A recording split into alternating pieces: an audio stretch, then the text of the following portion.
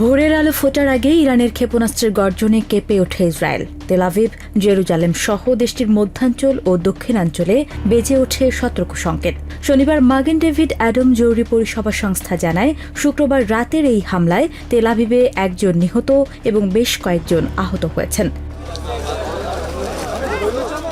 এই দৃশ্যটি তেল আভিভের উপশহর গিভাতাইমের।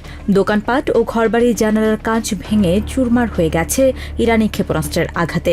বেত শেমেশ এলাকার এই হামলা অন্তত ৪২টি গাড়ি ও ৪টি ভবন ধ্বংসস্তূপে পরিণত হয়েছে। ক্ষেপণাস্ত্রটির আঘাতে যেখানে তৈরি হয়েছে বিশাল এক গর্ত। সাইরেন বাজার পর আমি গাড়ি থামিয়ে একটি শেল্টারের দিকে দৌড়াচ্ছিলাম। হঠাৎ একটি বিকট শব্দ হলো। পেছনে তাকিয়ে দেখি আমার পুরো গাড়িটি উড়ে গেছে। মধ্যরাত নাগাদ তেল আভিভের বেশ কয়েকটি স্থানে ক্ষেপণাস্ত্র আঘাত হানে। আমরা এখন যেখানে দাঁড়িয়ে আছি সেটি ধ্বংসস্তূপে পরিণত হয়েছে।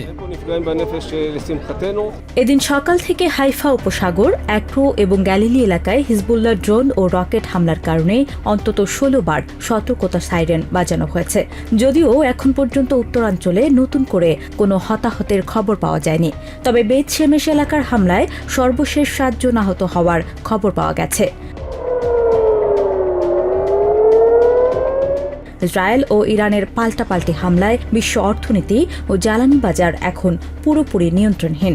দুই পক্ষই শক্তি প্রদর্শনে অনড় থাকায় মধ্যপ্রাচ্য জুড়ে বাড়ছে দীর্ঘমেয়াদী যুদ্ধের শঙ্কা। নূর, TVN 24 news desk. New York থেকে সম্প্রচারিত TVN 24 টেলিভিশন বিশ্বজুড়ে বাঙালির কণ্ঠস্বর।